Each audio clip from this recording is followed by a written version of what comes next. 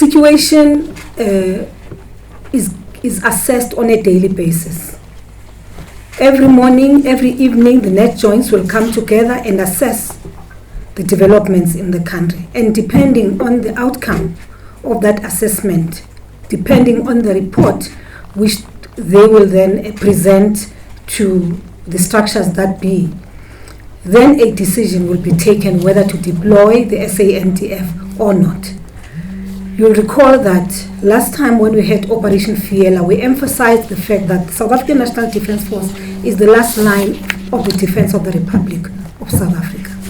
And therefore, you don't start by deploying the SANDF before you've fully exhausted all the potential, all the capacity you have within the police. So for now, we have police who are deployed everywhere in the country, and obviously whatever information we have and whatever investigations which will be conducted will be intelligence driven. So we're not here to address you about issues of the African National Congress. All that we are concerned about: disruption of activities, disruption of the economy of the country, disruption of schooling.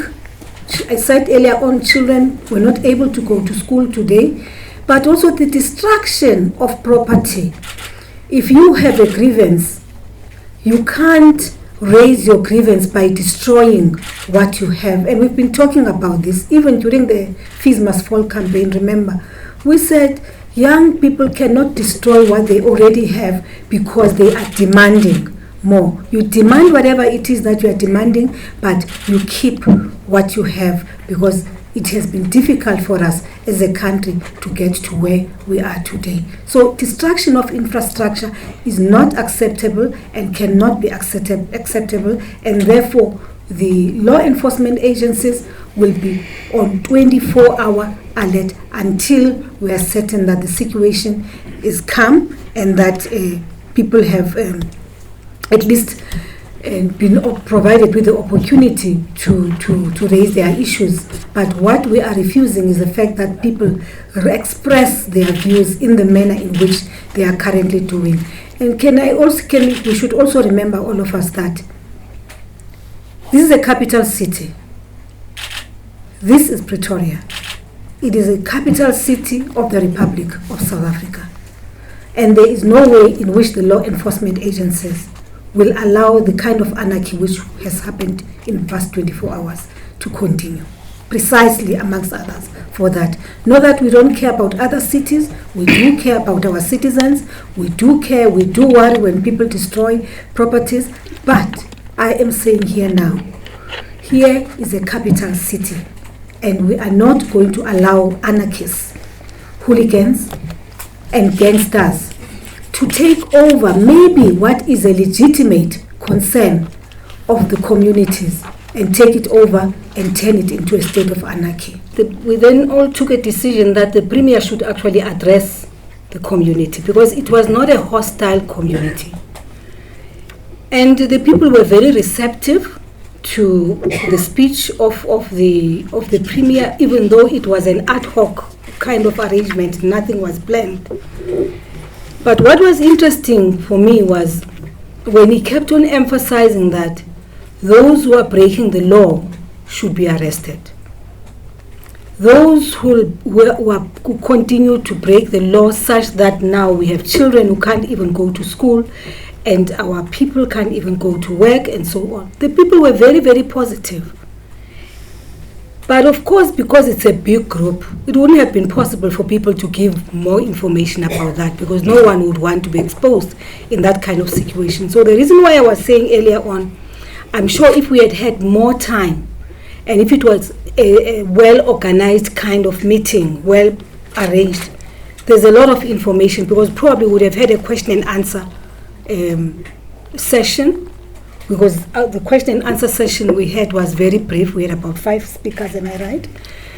But I think there is a lot of information we could have easily gathered. And I think it helped us. It helped us that the Premier took the decision to address the people because now I think even those who accompanied us and those foot soldiers who are on the ground now know which areas to focus on to get more information about what is happening in the country. I should say to you is that, as Barry said, for instance, he says he was in an area where there was no visible policing. Obviously, the net joints has been sitting. Even yesterday, they said. This morning, we sat together with them. This afternoon, they continue to have another meeting. So you evaluate and assess the situation as the time goes. And in the process, you take a decision whether to increase the numbers or not, depending on the developments on the ground. So it's possible, Barry, I will not refute what you are saying. It would be possible that there were areas where there was no adequate deployment, or whether there was no deployment at all. But it's not as though there was no deployment whatsoever in the city of Tshwane, in all of these areas which are affected. But we deploy according to information which we receive about a specific area.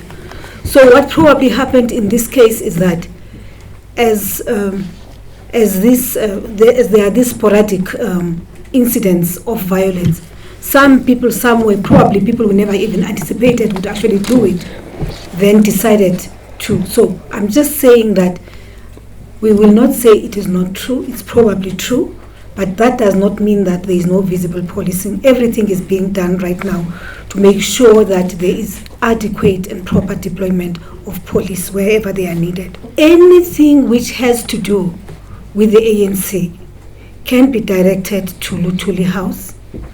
I did earlier on indicate that even though we are sitting here as deployees, as you know, of the African National Congress, but here we are sitting now as ministers responsible for the security of the Republic of South Africa. Our responsibility is to make sure that when you go to sleep tonight, you feel safe, you feel comfortable, that nothing will happen tomorrow. We're not saying nothing will happen tomorrow, but our responsibility together with all the law enforcement agencies is to prevent all acts of violence from continuing and destruction of property. So any matters of deployment of Comrade Toko Didiza, of a car which was bought by whoever, a Fiat, those matters have nothing to do with us. What we are dealing with is if that person who has a car then decides to embark on violence, then irrespective of whose car it is or who bought the car, then we deal with the culprit. So nothing to do, this media briefing has absolutely nothing to do with the issues within the African National Congress. They belong to Luthuli House, and that's where you should raise the questions. To all of us, including the media, that we should not cause a state of panic in the country.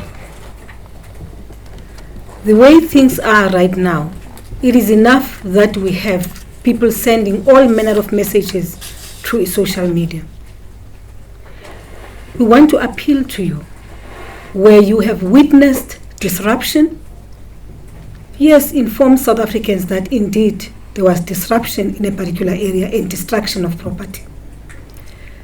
But where you found police visibility and police therefore being able, serving as a deterrent to whoever is planning to cause a lawlessness in the area, we should also report about such matters.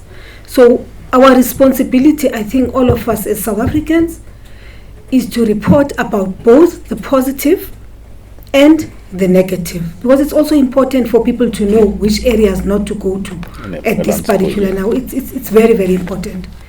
But where there is a positive development, we should be able to report about those matters. As far as we are concerned, we want to reassure South Africans that we have men and women who are having sleepless nights.